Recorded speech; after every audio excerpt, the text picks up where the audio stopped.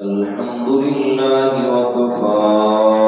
والصلاة والسلام على سيد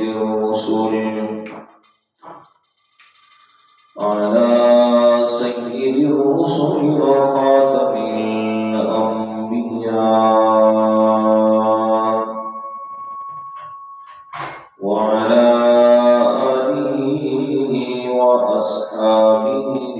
الأتقياء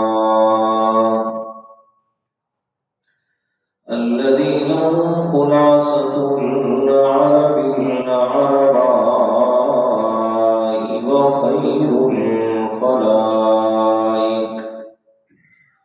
وخير الخلائق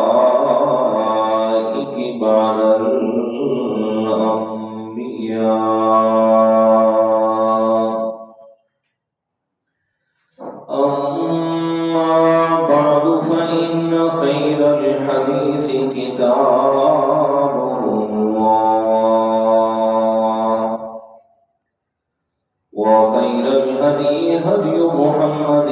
صلى الله عليه وسلم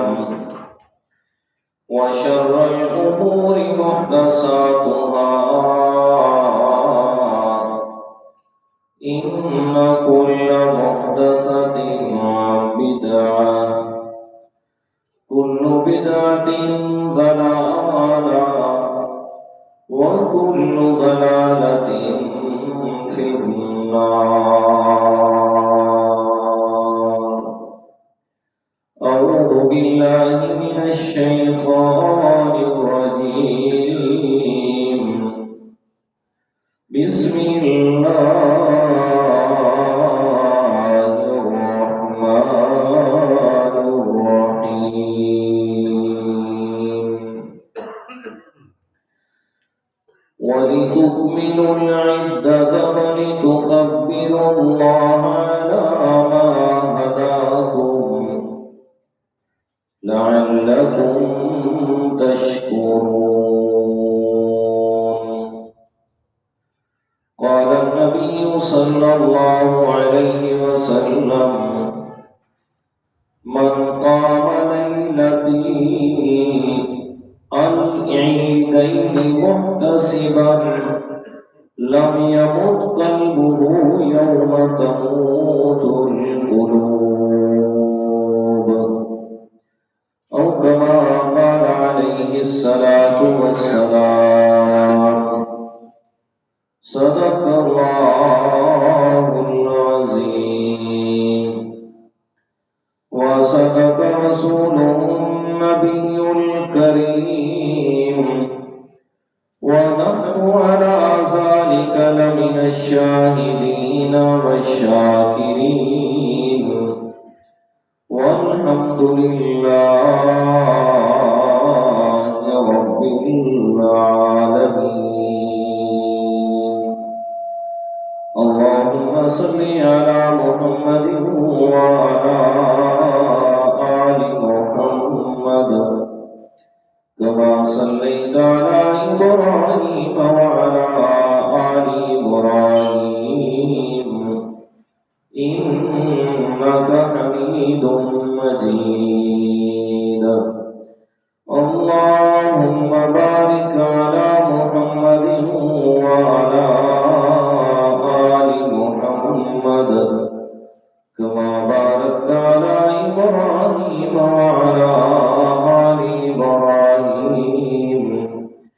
إنك حميد مجيد.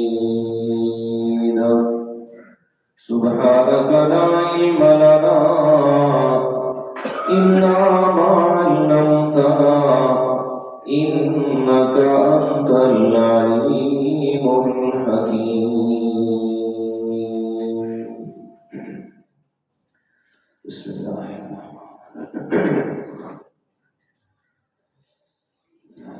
گرامی قدر سامعین،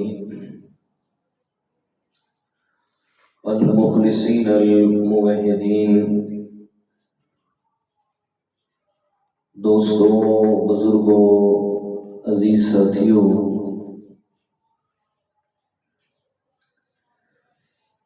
ماہ رمضان المبارک کا آخری دن ہے اور حسن اتفاق کے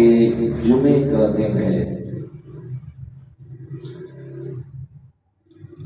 پیارے پیغمبر امام الانبیاء سرور کائنات جناب محمد الرسول اللہ صلی اللہ علیہ وسلم نے فرمایا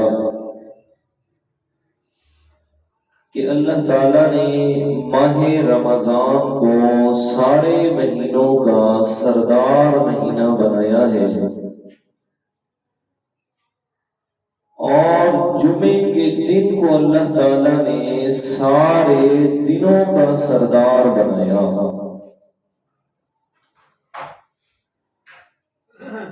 پھر حسن اتفاق یہ ہے کہ ماہ رمضان بھی ہے اور پھر جمعے کا دن بھی ہے۔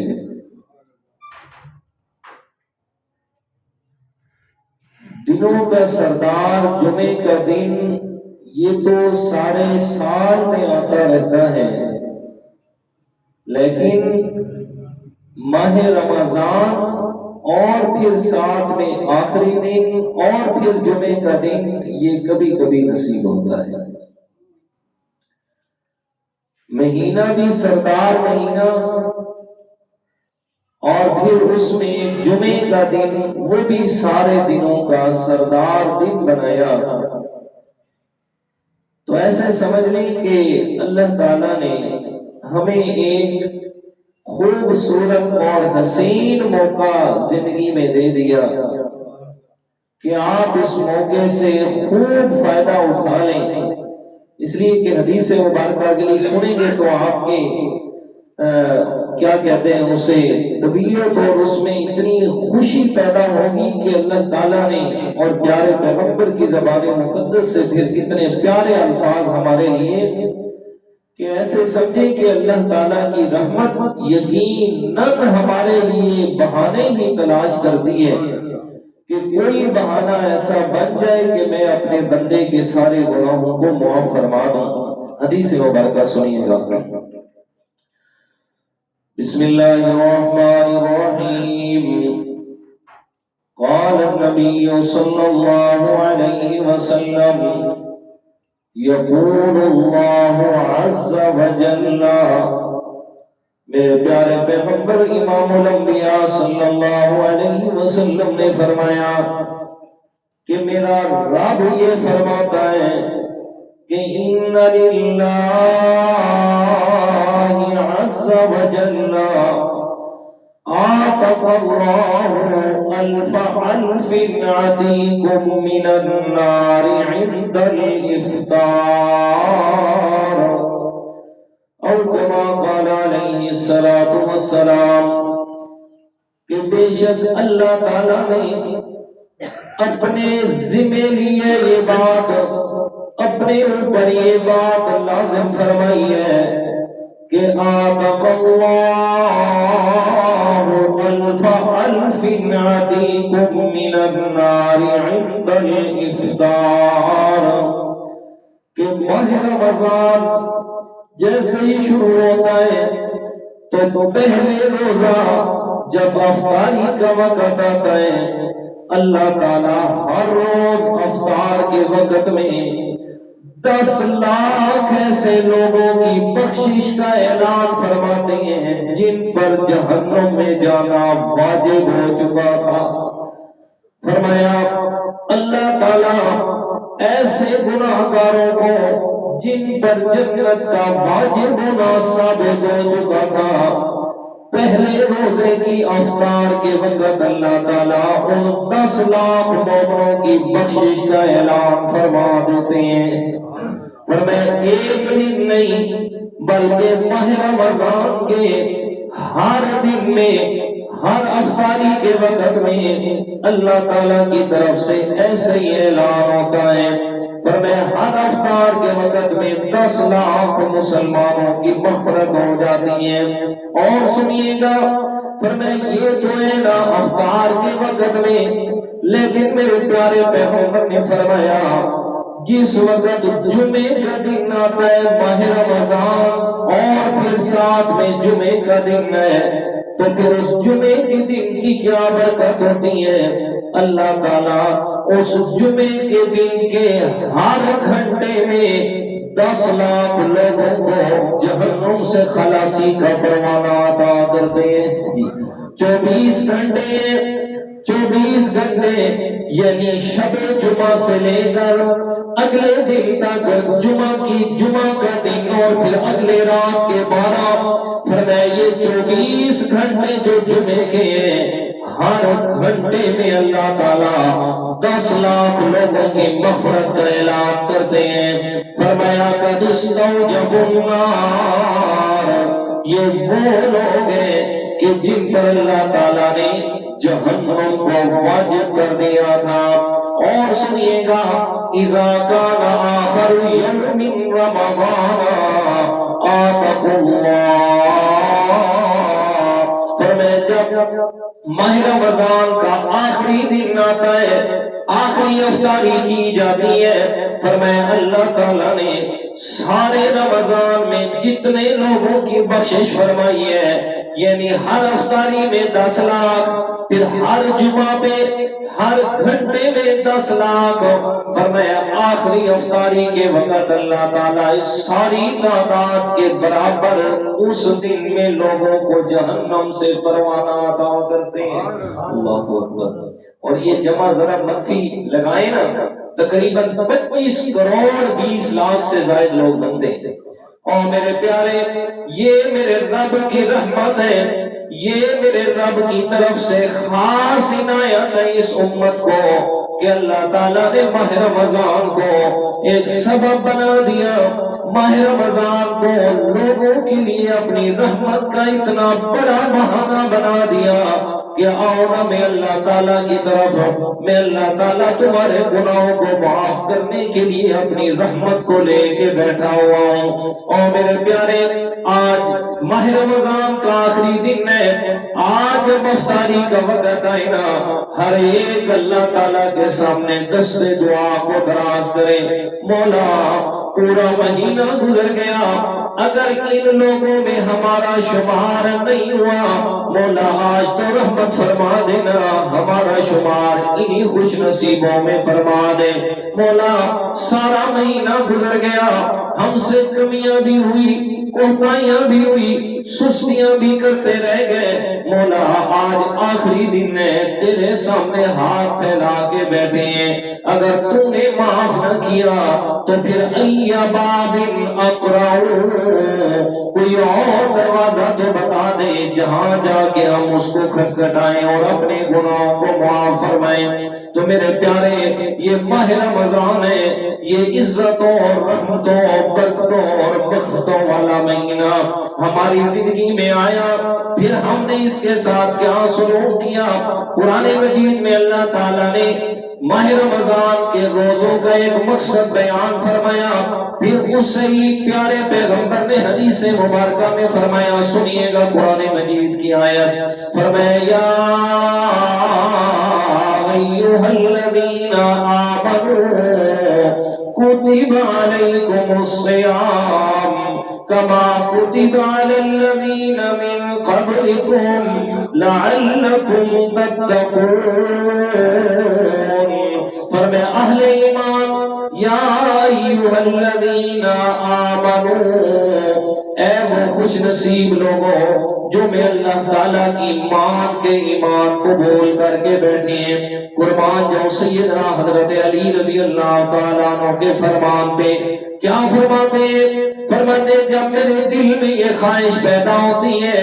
کہ اللہ تعالیٰ سے میں باتیں کروں، اللہ تعالیٰ سے ہم کلام رہوں، تو فرمایا میں نماز پڑھنا شروع کرتا ہوں کہ نماز میں انسان اللہ تعالیٰ سے کلام کرتا ہے، سبحانک اللہم وبحمدک وتبارک اسمک وتعالی جدک ولا الہ غیرک، مولا تو شریکوں سے پاک ہے، وَبِحَمْدِكَ، اور ساری تعریفیں تیری ذات کے لیے، وَتَبَارَكَ اسْمُكَ، اور صرف تیرے نام میں برکت ہے۔ انسان اپنے رب سے باتیں کر رہا ہے، رب سے ہم کلام ہے، لیکن فرماتے ہیں جب میرے دل میں خیال آتا ہے کہ میں اپنے رب سے باتیں کروں تو نماز پڑھتا ہوں، اور جب یہ خواہش آتی ہے کہ میرا رب مجھ سے باتیں کرے تو پھر قرآن پڑھتا ہوں، کہ قرآن میں اللہ تعالیٰ نے اہل ایمان سے باتیں کی ہیں۔ فرمایا ایھا الذین آمنوا، اے ایمان والو، کتب علیکم الصیام، تمہارے اوپر میں اللہ تعالیٰ نے روزے فرض فرمائے ہیں، کما کتب علی الذین من قبلکم، صرف تم پہ نہیں بلکہ آپ سے پہلے لوگوں پہ بھی فرض ہوئے۔ مقصد کیا ہے؟ لعلکم تتقون، تاکہ تم متقی بن جاؤ۔ تو روزے کی فرضیت کا مقصد قرآن مجید میں فرمایا وہ ہے تقوی کا حصول، تقوی گناہوں سے بچ جانا، اپنے آپ کو گناہوں سے بچا لینا۔ اور دوسرا مقصد اللہ کے پیارے پیغمبر نے حدیث مبارکہ میں فرمایا، مشکات شریف میں حدیث مبارکہ ہے، بڑی لمبی حدیث ہے، کہ میرے پیارے پیغمبر وہ جو 28 یا 29 شعبان کو صحابہ کرام کو اللہ کے پیارے پیغمبر ماہ رمضان کا تعارف فرماتے تھے، حدیث پاک کے الفاظ فرمائے یا ایھا الناس قد اظلکم شہر عظیم شہر مبارک فیہ لیلۃ القدر خیر من الف شہر۔ یہ سارا تعارف اسی کے اندر یہ حدیث کے الفاظ ہیں۔ فرمایا ہوا شہر الصبر، کہ اللہ تعالیٰ نے یہ مہینہ صبر والا مہینہ بنایا ہے۔ اب دو چیزیں سامنے آ گئی، قرآن مجید میں اللہ تعالیٰ نے روزے کا مقصد تقوی بنایا، اور پیارے پیغمبر نے حدیث مبارکہ میں روزے کا مقصد صبر فرمایا۔ اب تقوی اور صبر یہ دو چیزیں سامنے آ گئی۔ آج کا دن یہ محاسبے کا دن ہے، آج کا دن اپنا پورا مہینہ گزرا ہوا جو ہے اس کا حساب کرنے کا دن ہے، کہ آیا یہ دو چیزیں ہمیں حاصل ہوئی یا نہیں ہوئی، تقوی اور صبر۔ آیا ہمارے اندر کتنا اللہ تعالیٰ کا ڈر پیدا ہوا کہ ماہ رمضان ہے، روزے کی حالت میں ہم نے کتنا اپنے آپ کو گناہوں سے بچا کے رکھا ہے، کتنا رب کی نافرمانی سے دور رکھا، اور اس بات پر ہم اپنے آپ کو تیار کتنا کر پائے ہیں کہ آئندہ زندگی میں بھی ہم نے رب کی نافرمانی کے قریب نہیں جانا۔ اللہ اکبر جی، محاسبہ کرنا ہے۔ اس لیے حدیث مبارکہ میں وہ جو عید کی رات ہے اس کے بارے میں میرے پیارے پیغمبر نے یہی الفاظ فرمائے ہیں۔ آنے والی رات عید کی رات ہے نا، جسے ہم چاند رات کہتے ہیں۔ ہمارے نوجوان معذرت کے ساتھ تو یہ سمجھتے ہیں کہ یہ رات ہے، اس رات کے اندر ہر قسم کے گناہ جائز ہو جاتے ہیں۔ ہم نے گناہ کرنے ہیں اور ڈٹ کے گناہ کرنے ہیں، ہر قسم کی بے حیائی اور بے غیرتی کسی میں پیچھے نہیں رہتا۔ ہم تو یہ سمجھتے ہیں کہ چاند رات میں اور پھر ادھر جو ہے وہ عید والا دن ہمارے لیے خوشی کا دن ہے، اور خوشی کے دن میں کیا ہوتا ہے، ہر گناہ ہمارے لیے کیا ہو جاتا ہے، جائز ہو جاتا ہے۔ جی عام طور پہ معاشرے میں یہ سمجھا جاتا ہے، جی کیا ہوتا ہے جناب، عید والے دن میں ہی، عید والی رات یعنی چاند والی رات میں ہی پیغمبر کی سنت کا قتل کیا جاتا ہے سریعام۔ ہاں اکثر میں سنایا کرتا ہوں یہ بات، فتاوی عالمگیری کے اندر یہ بات بڑی وضاحت کے ساتھ لکھی ہوئی ہے، فرمایا کہ جو آدمی داڑھی منڈواتا ہے، ایک ہے داڑھی منڈوانا، تو 100 داڑھی منڈوانے والا گناہ کبیرہ کا مرتکب ہوتا ہے، کہ گناہ کبیرہ کا مرتکب ہے، اس نے گناہ کبیرہ کیا ہے، بڑا گناہ کیا ہے جو بغیر توبہ کے معاف نہیں ہوتا۔ اور توبہ کا کیا طریقہ ہے کہ سب سے پہلے اپنے کیے پر شرمندگی، یا اللہ میں نے غلط کی ہے، مجھ سے غلطی ہو گئی ہے، میں اقرار کرتا ہوں، پہلے اقبال جرم کرنا ہے کہ یا اللہ مجھ سے گناہ ہو گیا ہے، میں تیرا گناہگار بنتا ہوں۔ فرمایا اس کے بعد اللہ تعالیٰ کے سامنے شرمندگی کا احساس کہ میں نے جو کیا ہے وہ غلط کیا ہے، اور پھر آئندہ نہ کرنے کا وعدہ کہ یا اللہ دوبارہ میں یہ بات نہیں کروں گا، تو پھر یہ توبہ کی شرائط کے ساتھ توبہ کیے تو پھر رب کی رحمت پہ یقین رکھے کہ اللہ تعالیٰ اب اسے ضرور معاف فرما دے گا۔ جی تو اس رات کے اندر سنت کا قتل سر عام کیا جاتا ہے۔ تو عرض میں یہ کر رہا تھا فتاوی عالمگیری کے حوالے سے کہ ایک ہے داڑھی منڈوانا، تو اس میں کیا ہے کہ وہ گناہ کبیرہ ہے، گناہ کبیرہ کا مرتکب ہے۔ اور دوسری بات سنیے گا اور اپنے دل و دماغ کی تختیوں کو حاضر کرے اور اس پہ لکھ کے لے جائیں کہ جو شخص کوئی بھی ہے چاہے بڑا ہے یا چھوٹا ہے، داڑھی منڈواتا ہے اور منڈوا کے کہتا ہے اب میں خوبصورت لگ رہا ہوں۔ الفاظ پہ غور کرنا، میں نے یہ نہیں کہا صرف داڑھی منڈوانے والا نہیں، جو داڑھی منڈواتا ہے اور منڈوا کے پھر یہ کہتا ہے یا اس کے ذہن میں تصور یہ ہوتا ہے کہ داڑھی شیو بڑھ گئی ہے، میں کوڑا لگ رہا ہوتا ہوں، داڑھی منڈوا لوں تاکہ میں خوبصورت بن جاؤں۔ جو اس نیت سے داڑھی منڈواتا ہے، جو اس نیت سے داڑھی منڈواتا ہے، جو اس نیت سے داڑھی منڈواتا ہے، تو فتاوی کے اندر کیا لکھا ہے؟ ایسا آدمی دائرہ اسلام سے خارج ہو جاتا ہے۔ جی یہ کوئی مذاق نہیں ہے میرے پیارے، یہ مذاق نہیں ہے، یہ پیغمبر کی سنت ہے، اور وہ سنت ہے جو 1,24,000 انبیاء کرام کی سنت ہے، صرف اکیلے میرے پیغمبر کی نہیں۔ جی پھر یہ بات بھی سن لیں، مجھے یہ سمجھ نہیں آتی، دیکھیں گناہ کی کوئی عمر نہیں ہوتی، جس عمر میں بھی گناہ کیا جائے تو گناہ ہی ہے، لیکن عام طور پر کیا ہوتا ہے کہ جب انسان کی سفید داڑھی آ جائے نا، داڑھی میں سفید بال آ گئے اور بڑھاپے کے آثار نمایاں ہو گئے، تو انسان کو کچھ زیادہ شرم و حیا کرنا چاہیے، اس لیے کہ اب تو میں کس کے قریب ہو گیا ہوں، اور قبر کے، موت کے میں قریب ہو گیا ہوں، اب تو مجھے شرم کرنی چاہیے۔ جی میرے بزرگ بھی بیٹھے ہیں، ناراض نہیں ہونے، جناب 60 سال عمر ہے، 75 سال، 70 سال عمر ہے، داڑھی بت بھی منوے دے، داڑھی منواتے نہیں، داڑھی چھوٹی کم سے کم داڑھی ایک مشت ہے، ایک مشت سے کم داڑھی سنت پوری نہیں ہوتی ہے، یاد رکھیں، نہ سنت کا ثواب ہوتا ہے، ایک مشت سے کم داڑھی ہے ہی نہیں۔ ہاں تو عید کی رات میں کیا سمجھا جاتا ہے کہ ہمارے لیے سارے گناہ کیا ہو گئے ہیں؟ جائز ہو گئے ہیں۔ میرے نوجوان تھوڑے ناراض ہو گئے ہیں مجھ سے، اور میرے پیارے نوجوانوں ناراض نہ ہو، آپ کی اصلاح کے لیے کہہ رہا ہوں، اگر یہ اصلاح ہم نہیں کریں گے تو کون کرے گا؟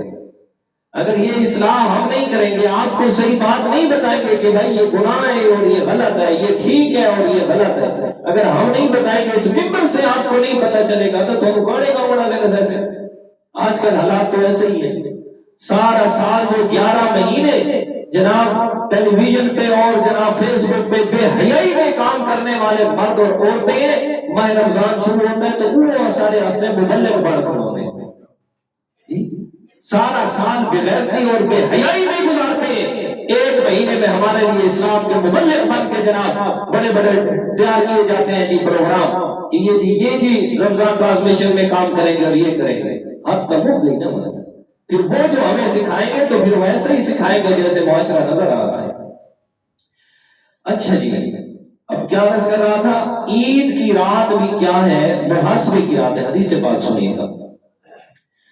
فرمایا قال النبی صلی اللہ علیہ وسلم، فوجی صاحب توجہ، من قام لیلتین العیدین محتسبا لم يمت قلبه يوم تموت القلوب، او كما قال علیہ الصلوۃ والسلام۔ میرے پیارے پیغمبر نے فرمایا جس خوش نصیب انسان نے 2 راتوں میں اللہ تعالیٰ کی عبادت کی، قیام کیا، اللہ تعالیٰ کے سامنے عبادت میں گزاری ہیں 2 راتیں، کون سی؟ فرمایا العیدین، وہ عیدوں کی 2 راتیں، یعنی یوم الفطر عید الفطر کی رات اور عید الاضحیٰ کی رات، فرمایا محتسبا، فرمایا صرف اللہ کی رضا کے لیے عبادت میں مصروف رہا،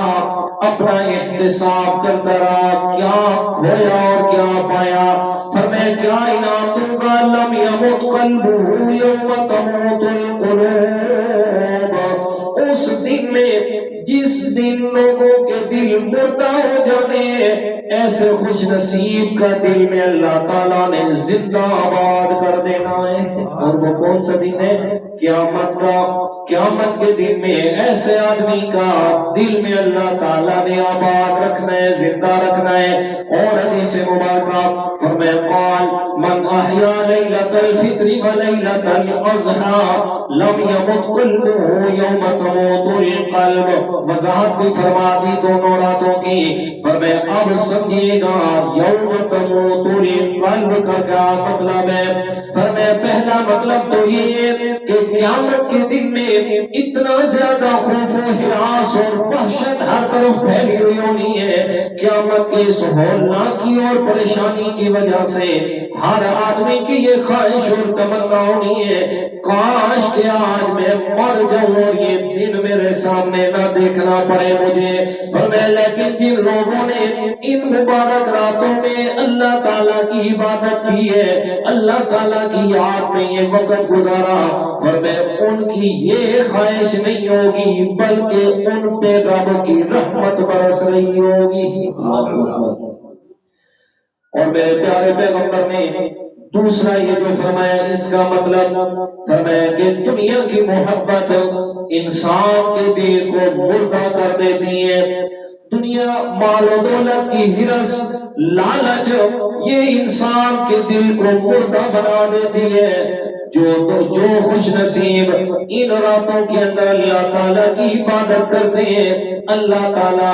ان کے دل کو دنیا کی محبت سے بالکل جناب آزاد فرما دیتے ہیں کہ اس کی وجہ سے پریشانی لائق نہیں ہوتی، ان کی زندگی کے اندر آسانیاں اللہ تعالیٰ پیدا فرما دیتے ہیں۔ اور پھر جب عید کا دن آتا ہے، اب عید کے دن کی بھی بات سنیے گا، میرے پیارے پیغمبر کی حدیث مبارکہ ہے، اللہ تعالیٰ کے پیارے پیغمبر نے فرمایا یہ جو عید کی رات ہے اور عید کا دن ہے، عید کا نام آسمانوں پہ اللہ تعالیٰ نے جو رکھا ہے وہ لیلۃ الجائزہ رکھا ہے۔ حدیث مبارکہ فرمایا فَإِذَا كَانَ يَوْمُ عِيدِهِمْ یعنی یوم فطرہم باہی بہم ملائکتہ فقال یا ملائکتی ما جزاء اجیر وفى عمله قالوا ربنا جزاؤه ان يوفى اجره۔ اللہ تعالیٰ کے پیارے پیغمبر فرماتے ہیں جب عید کا دن آتا ہے، عید والی رات، فرمایا اس رات میں اللہ تعالیٰ سارے فرشتوں سے دریافت کرتا ہے بتاؤ میرے فرشتوں تمہارا کیا خیال ہے میرے ان مزدوروں کے بارے میں جنہوں نے سارا مہینہ مزدوری کی ہے، عبادت کی ہے، نماز میں اور روزے کے اندر وقت گزارا ہے، بتاؤ تمہارا اس بارے میں کیا خیال ہے؟ یا ملائکتی ما جزاء اجیر، کہ ان کو کتنا اجر و ثواب اجرت کتنی ملنی چاہیے؟ فرشتے عرض کرتے ہیں وفا عملو، یا اللہ انہوں نے کام پورا کیا ہے، ان کو مزدوری بھی پوری ملنی چاہیے۔ اللہ تعالیٰ فرماتے ہیں عبیدی و امائی قضوا فریضتی علیہم ثم خرجوا یعجون الی الدعاء وعزتی وجلالی وکرمی وعلوی وارتفاع مکانی لأجیبنہم۔ فرمایا یہ جو انہوں نے پورا مہینہ گزارا، میں اللہ تعالیٰ کو اپنی عزت کی قسم، مجھے میرے جلال کی قسم، میری قدرت کی قسم، مجھے میری رحمت کی قسم ہے، فرمایا لأجیبنہم، میں اللہ تعالیٰ نے ان ساری دعاؤں کو قبول فرما لیا۔ فرمایا ارجعوا قد غفرت لکم، اور میں اللہ تعالیٰ کی طرف سے اعلان ہوتا ہے آج عید کا دن تمہیں میں اللہ تعالیٰ پوری مزدوری دے رہا ہوں، یہاں سے واپس جاؤ گے قد غفرت لکم، میں اللہ تعالیٰ نے تمہارے سارے گناہوں کو معاف فرما دیا۔ اگلی بات وَبَدَّلْتُ سَيِّئَاتِكُمْ حَسَنَاتٍ، صرف گناہوں کو معاف نہیں کیا بلکہ میں اللہ تعالیٰ نے تمہارے گناہوں کو نیکیوں میں بدل دیا ہے۔ اللہ اکبر جی، لیکن اس کے لیے شرط وہی ہے میرے پیارے، جس نے اپنے اندر دو چیزیں پیدا کی ہیں، ایک تقوی اور دوسرا صبر۔ جی آج تو کچھ عجیب ہی بات ہے نا کہ روزہ لوگ رکھ لیتے ہیں اور اگر کوئی بات کرے تو کیا کہہ رہے ہوتے ہیں، جی اگر میرا روزہ نہ ہوتا نا وقت میں تینوں دسا، جی تو خدا پہ احسان لگا ہے روزہ نہ رکھتے، جی سزا بھگتنی خود ہی تھی، روزہ رکھ کے بھی تجھے گناہ ملے، روزہ رکھ کے بھی جناب سزا کا مستحق ہو جائے تو پھر تیرے لیے کیا فائدہ دیا روزے نے؟ ہم روزہ رکھتے ہیں گویا کہ رب پہ احسان کرتے ہیں، اور نہیں میرے پیارے بھائی، روزہ نام اس کا نہیں ہے کہ تو صرف کھانے پینے سے اپنے پیٹ کو بھوکا رکھ کے رکھ، نہیں، بلکہ روزہ تو مکمل ایک تربیت تھی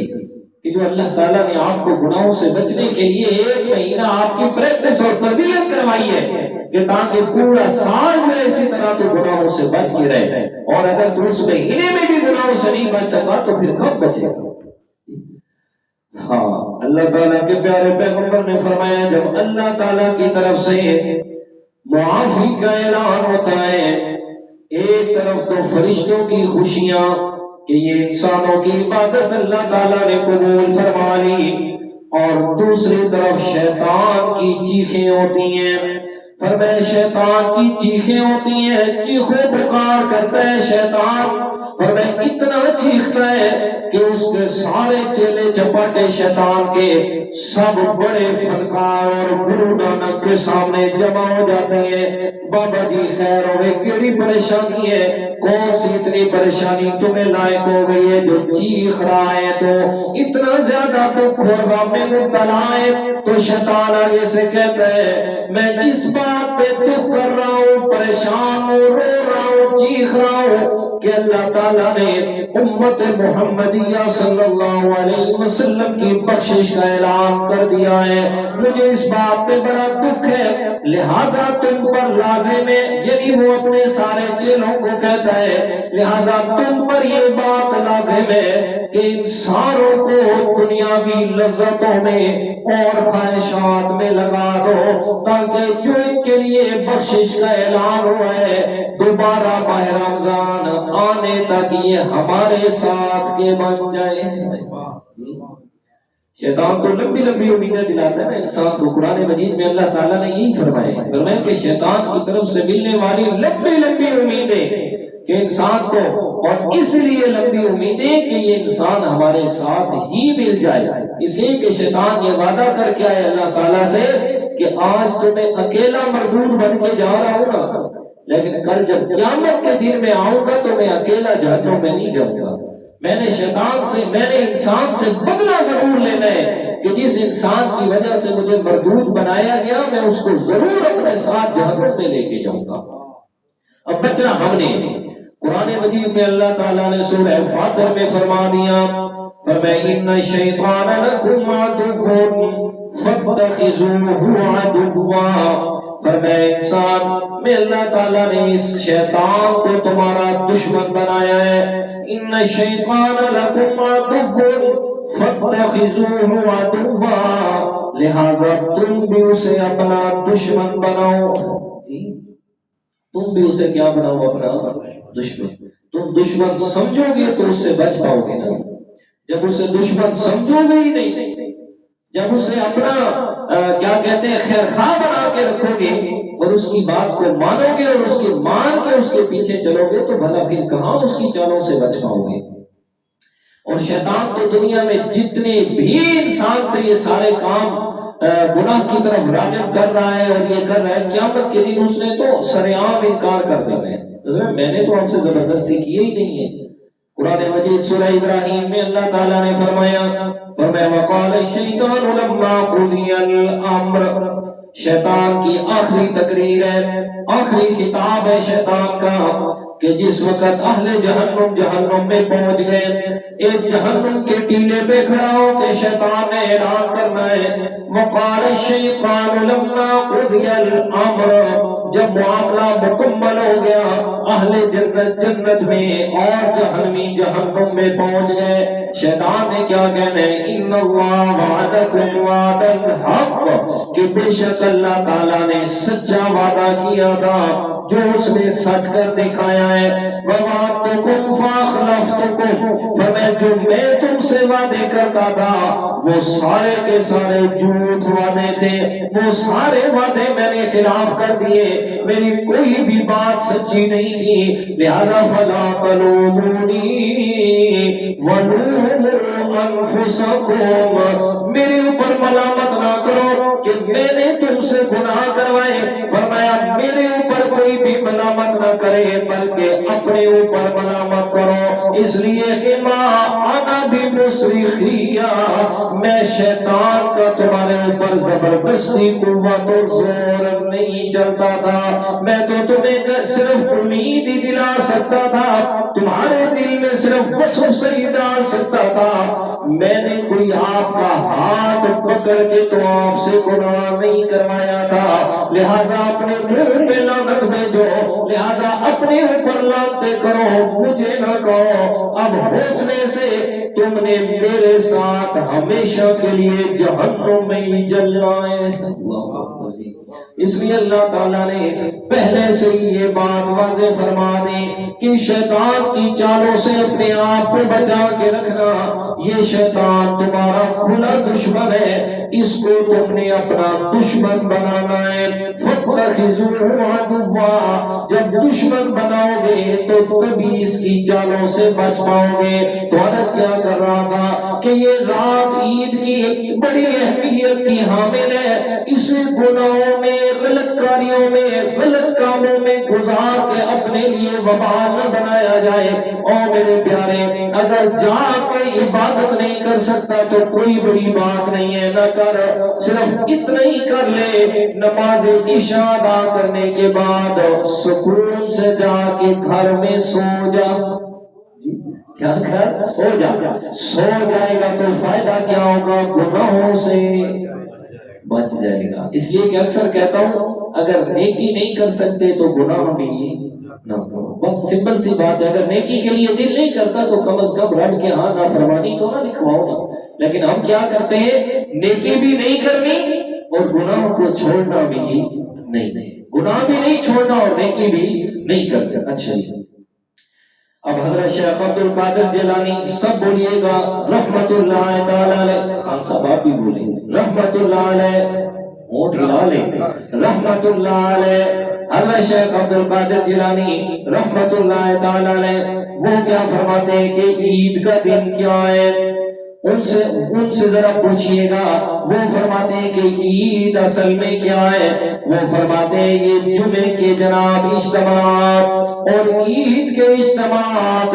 حقیقت کے اندر انسان کو اس بڑے اجتماع کی تیاری کے لیے اللہ تعالیٰ نے مقرر فرمائے ہیں، جو قیامت کے دن اجتماع ہونا ہے، وہ جو قیامت کا دن آنے والا ہے، فرمایا ان جمعوں کے موقع پر، عیدین کے اجتماع پر انسان سبق حاصل کرے کہ میں نے اس قیامت کے اجتماع میں اللہ تعالیٰ کے سامنے بھی حاضر ہونا ہے۔ فرمایا جس طرح دنیا کے اعتبار سے عید والے دن میں لوگوں کی مختلف حالتیں ہوتی ہیں، فرمایا اسی طرح قیامت کے دن میں لوگوں کی مختلف حالتیں ہوں گی، اور فرمایا کہ جس طرح عید کے دن ہر آدمی یہ کوشش کرتا ہے کہ میں دوسرے سے اچھا نظر آؤں، میرے کپڑے، میرا رہن سہن، میرا کھانا پینا، میری چال ڈھال، یہ ہر ایک آدمی سے انفرادی حیثیت ہو میری۔ اور میں اسی طرح انسان کو چاہیے کہ قیامت کے لیے بھی اپنے آپ کو تیار کرے، اتنا نیکیوں میں بڑھائے، اتنا نیکیوں کے اندر آگے جائے، اور اپنے آپ کو گناہوں سے بچائے کہ قیامت کے دن آئے تو اللہ کی رحمت کا طلبگار اور حقدار باقی لوگوں سے منفرد ہو کے آئے۔ قرآن مجید نے اس کو بیان فرمایا، یوم نحشر المتقین الی الرحمن وفدا ونسوق المجرمین الی جہنم وردا۔ سورۃ اور 16واں پارہ اللہ تعالیٰ فرماتے ہیں قیامت کا دن ہوگا، یوم نحشر المتقین الی الرحمن وفدا، فرمایا متقین لوگ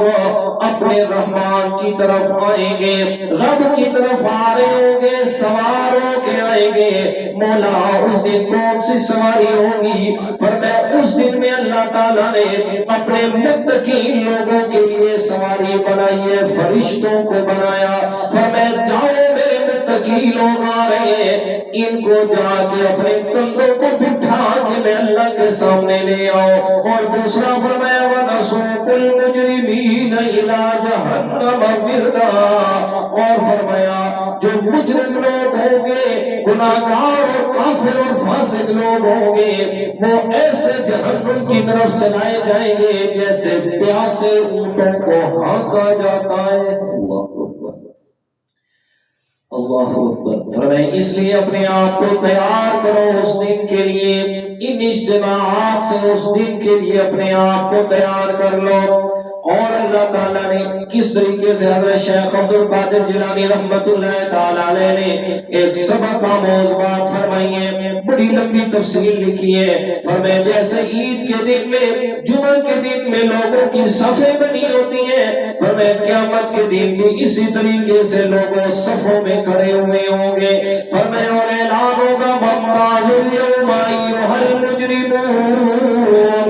فرمائے آج مجرم لوگ الگ ہو جاؤ، میرے اپنے لوگوں سے، میرے وفاداروں سے الگ ہو کے کھڑے ہو۔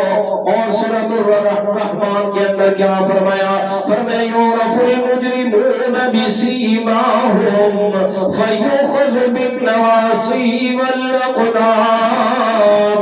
فرمایا مجرم لوگ اپنے چہروں کے نشانوں سے پہچان لیے جائیں گے، اور ان کی پیشانیوں سے اور قدموں سے پکڑ کے اللہ تعالیٰ کے سامنے انہیں حاضر کیا جائے گا۔ فرمایا ادھر سے اعلان آج میرے اپنے بندوں سے الگ الگ ہو جاؤ۔ فرمایا اسی طریقے دنیا کے اعتبار سے صفوں میں کھڑے ہوتے ہیں، آخرت میں بھی اللہ تعالیٰ نے صفیں بنانی ہے، اور وہاں اللہ تعالیٰ نے ایک ایک کا حساب و کتاب اللہ تعالیٰ کے سامنے ہونا ہے، سب نے اس کے سامنے حاضر ہونا ہے۔ اور پھر دو چیزیں ہونی ہیں، یا تو جنت کا فیصلہ یا پھر جہنم کا فیصلہ ہونا ہے۔ اسے بھی اللہ تعالیٰ نے قرآن مجید میں فرمایا، فرمایا وَيَوْمَ تَقُومُ السَّاعَةُ يَوْمَئِذٍ يَتَفَرَّقُونَ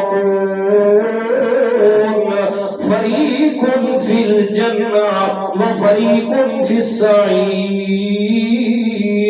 فرمایا اس قیامت کے دن میں لوگوں کو میں اللہ تعالیٰ نے تقسیم کر دینا ہے، ڈیوائڈ ہو جانے دو گروہوں میں، فریق فی الجنہ،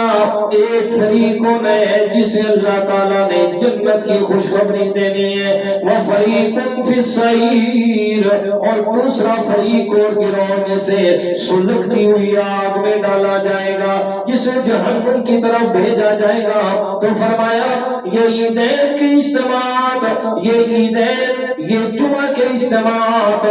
ان سے سبق حاصل کرے انسان،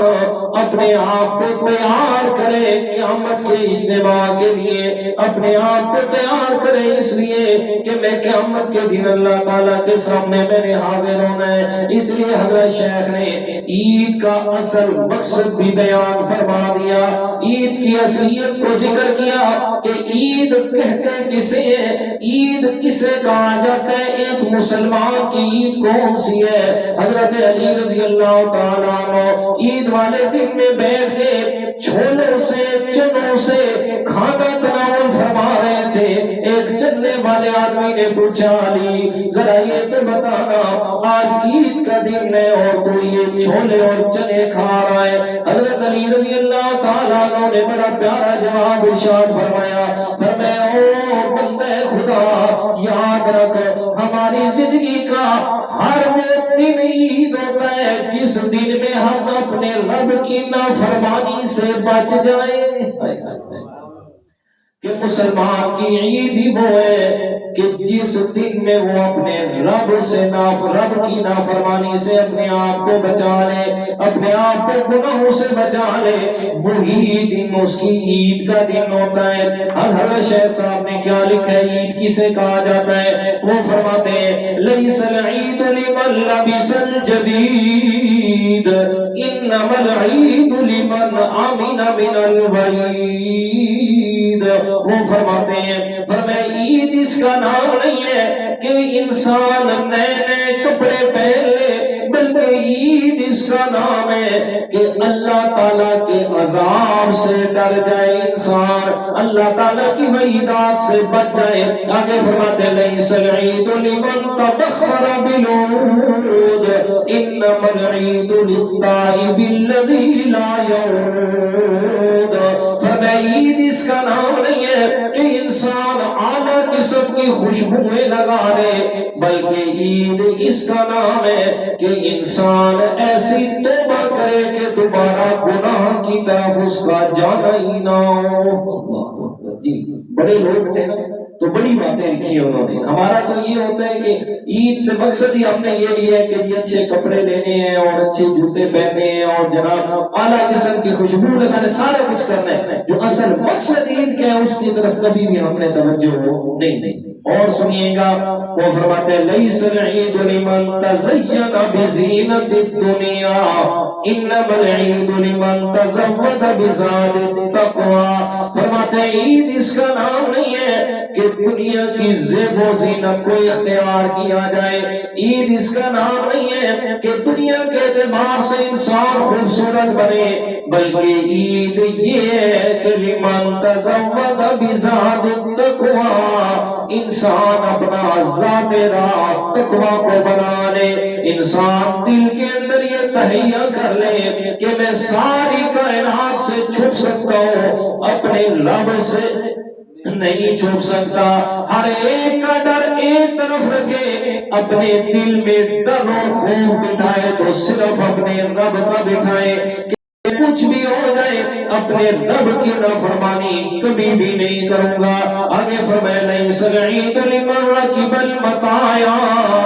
انما العید لمن ترک الخطایا۔ فرمایا عید اس کا نام نہیں ہے کہ انسان اچھی سواریوں پہ سوار ہو جائے، بلکہ عید اس کا نام ہے کہ انسان گناہوں کو چھوڑ دے۔ کیا کرے جی؟ گناہوں کو چھوڑ دے۔ آگے فرمایا لیس العید لمن بسط البساط انما العید لمن جاوز الصراط۔ فرمایا عید اس کا نام نہیں ہے کہ انسان اپنے لیے اعلیٰ قسم کے گدے اور قالین بچھا لے، بلکہ عید اس کا نام ہے کہ اپنے آپ کو پل صراط سے گزرنے کے لیے اس کا انتظام کر لے۔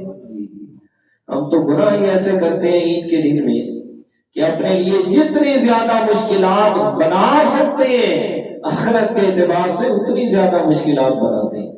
تاکہ پتہ تو چلے نا کہ ہم نے عید منائی ہے، پتہ تو چلے نا۔ اصل میں بات یہ ہے کہ چونکہ یہ جو ہمارا علاقہ ہے نا یہ برِ صغیر کا، برِ صغیر جسے ہم برِ صغیر پاک و ہند کہتے ہیں، مین کے بنگلہ دیش، انڈیا یعنی بھارت اور یہ پاکستان، یہ جو علاقہ ہے اس میں عرصے دراز تک چونکہ یہاں کے لوگ سارے رہے ہیں ہندوؤں کے ساتھ، ہندوازم کے ساتھ انہوں نے عرصے دراز گزارا ہے، سینکڑوں سال گزارے ہیں، تو ہمارے یہاں میں بہت ساری چیزیں ایسی رائج ہیں جن کا شریعت کے ساتھ دور تک کا کوئی بھی تعلق نہیں ہے، دور تک بھی کوئی تعلق نہیں ہے، اور لوگوں کے اندر ایسے وہ رائج ہو گئی ہیں کہ جیسے یہ شریعت کا کام ہے اور اسے شریعت کا حکم سمجھ کے ثواب کے لیے کر رہے ہوتے ہیں، بہت سارے ایسی چیزیں۔ اب یہ عید کا موقع ہے، اسی میں دیکھ لیں شادی آگے آتی ہیں لوگوں کی مختلف قسم کی، تو اس میں بھی بہت سارے ہندوانہ رسمیں جو ہیں وہ کی جاتی ہیں، بہت زیادہ ہندوانہ رسمیں کہ جو ہندوؤں کے اندر رائج ہے سو وہی کی جاتی ہیں، اور اس کو بھی غلط بھی نہیں سمجھا جاتا، اور اگر منع کیا جائے تو اس کو بڑا طوفان اٹھایا جاتا ہے کہ جی ہماری بیٹے یا بیٹی کی شادی ہے، ہم نے کوئی ماتم بنانا ہے اسے۔ یعنی مین کے ہمارے مکمل طور پہ ہمارے جو ہے وہ معاشرے کے اندر اتنی زیادہ ہندوانہ رسمیں رائج ہو چکی ہیں کہ اس کو ہم اب چھوڑنے کے لیے بھی تیار نہیں ہیں، اور اگر کوئی چھوڑنے کا کہے تو پھر اس کو اچھا نہیں سمجھا جاتا۔ یعنی جس طرح میں نے خوشی کا ذکر کیا شادی کا کہ شادی پہ ہے، اسی طرح جو ہے وہ ہمارے مرنے پہ بھی، ہماری جو فوتگی ہے ان پہ بھی اسی طرح بہت ساری رسمیں ہیں۔ اب مثلا میں مثال دے دوں، جیسے کہ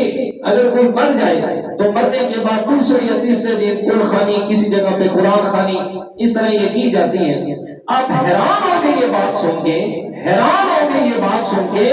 کہ یہ رسم سوائے بر صغیر کے کسی جگہ پہ بھی نہیں ہے جی۔ اور بھائی اگر سنت ہوتی تو پوری دنیا میں ہوتی، سوائے بر صغیر کے کسی جگہ پر بھی یہ رسم نہیں ہے، اور پھر اسے ثواب سمجھا جاتا ہے۔ اور خدا کا نام لو یار، کیوں اپنے لیے مشکلات بناتے ہو؟ کیوں یہ مکمل طور پہ یہ ساری ہندوؤں سے ہمارے اندر آئی ہیں۔ یہ تیجا، 10واں، 40واں، یہ جمعرات ہیں، یہ برسی، یہ آج کل تو پھر اور زیادہ چل پڑا ہے، وہ کیا کہتے ہیں اسے، جو وہ پیدائش کا دن مناتے ہیں، برتھ ڈے، وہ برتھ ڈے چل پڑے۔ یہ سب کی سب ہندوانہ رسمیں، ان کا دور تک اسلام کے ساتھ کوئی بھی تعلق نہیں ہے جی، لیکن ہم اس کو چھوڑنے کے لیے بھی تیار نہیں ہیں۔ اگر کوئی سمجھائے تو پھر بس اللہ ہی معاف کرے، اس کے لیے ناراضگیاں الگ بن گئی اور پتہ نہیں کیا سے۔ اچھا پھر اور زیادہ اگر کسی کا والد یا والدہ یا بھائی یا بیوی کوئی فوت ہو جائے نا، مثلا ماہ رمضان سے پہلے یا چھوٹی عید کے بعد بڑی عید کے بعد، آگے جو اس کی پہلی عید آئے گی نا، تو اس عید پہ لوگ پھر تعزیت کے لیے چلے جائیں گے، اور اس گھر والے کیا کرتے ہیں، نہ کپڑے پہنتے ہیں نہ عید مناتے ہیں، سارے کے سارے منہ لٹکا کے کھڑے ہوں گے۔ دیکھیں اس کے لیے مسئلہ سن لیں، اگر تو فوتگی ہوئی ہے عید سے ایک دن پہلے،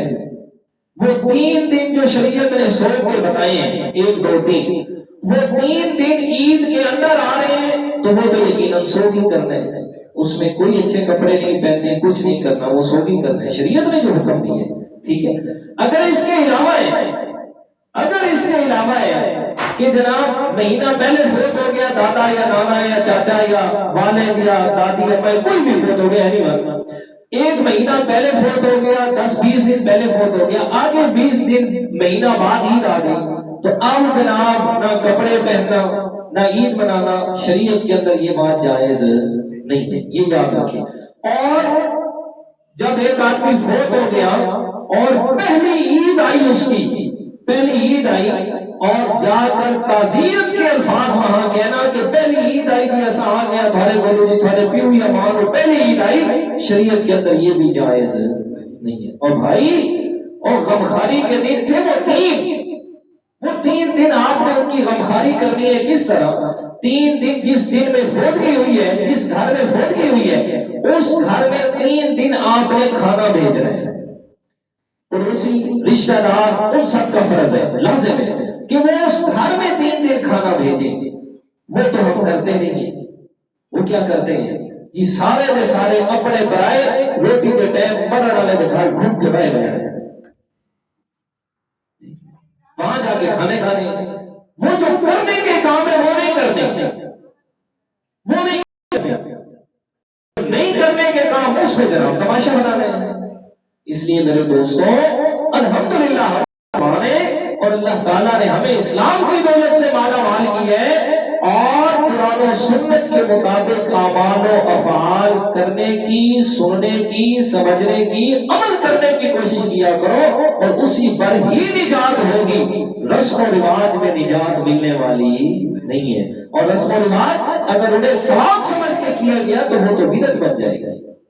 وہ بدعت بن جائے گی، اور کل بدعت ضلالہ وکل ضلالۃ فی النار، ہمیں ہر بدعت گمراہی ہے اور ہر گمراہی انسان کو کہاں لے کے جانے والی ہے؟ جہنم کے اندر لے کے جانے والی ہے۔ بہرحال تو عرض یہ کر رہا تھا، اتفاقی طور پہ بات آ گئی کہ یہ رسم و رواج، یہ ساری چیزیں ہمارے اندر ہندوازم کے اندر سے آئی ہیں، لہذا کم از کم اس بات کو سمجھ لینا چاہیے کہ کون سی چیز ہمارے اندر جو ہے وہ دین اسلام کی طرف سے ہے اور کون سی چیز ہے جو رسم و رواج کی طرف سے ہے۔ جو رسم و رواج میں ہے اس کو حیثیت رسم و رواج کی ہی دینی ہے، اور جو دین اسلام کا حکم ہے اس پر عمل عبادت سمجھ کے اور اس پر عمل اپنا فریضہ سمجھ کے ہی کرنا ہے، تب جا کے اللہ تعالیٰ کے ہاں اعمال کی کامیابی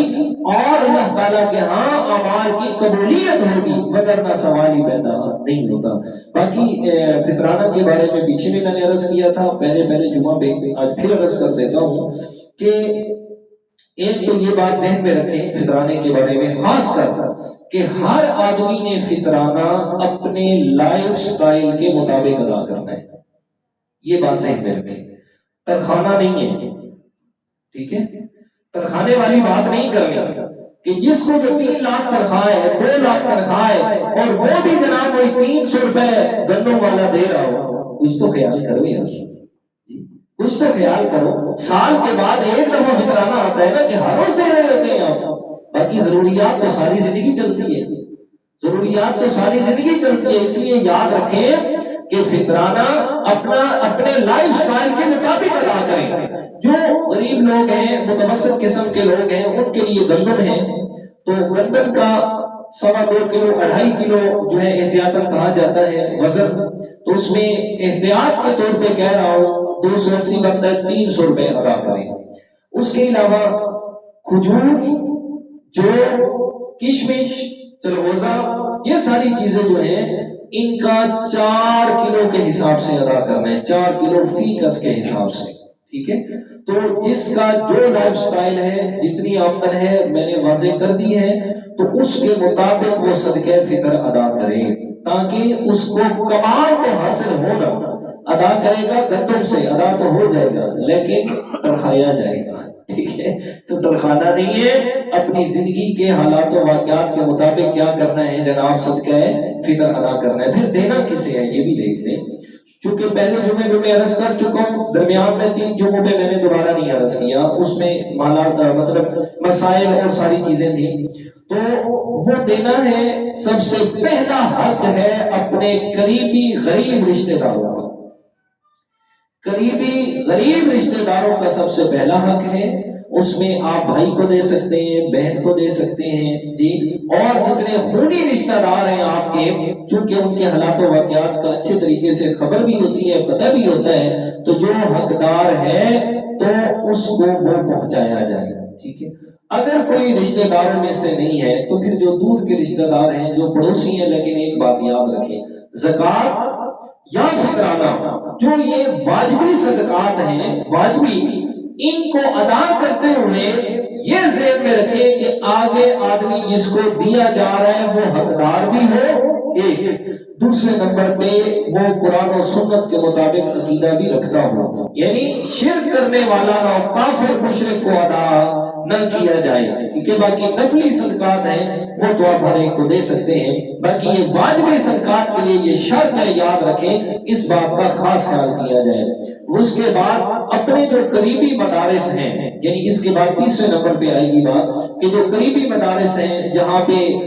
غریب طلبہ جو ہے وہ مسافر طلبہ قرآن و حدیث کی تعلیم حاصل کر رہے ہیں، وہاں وہ لے جا کے تاکہ ان کے اخراجات، ان کی ساری چیزیں جو اچھے طریقے سے چلیں۔ اگر اس کے باوجود بھی کسی کے پاس کوئی جگہ نہیں ہے تو اگر آپ چاہیں تو آپ کی امانت کو ہم ایک اچھی جگہ پہ پہنچا سکتے ہیں، مجھے جمع کروا دیں، میں آپ کی امانت کو حقدار تک پہنچا دوں گا۔ جو کچھ کہا سنا، اللہ تعالیٰ عمل کی توفیق عطا فرمائے۔ وما علینا الا البلاغ۔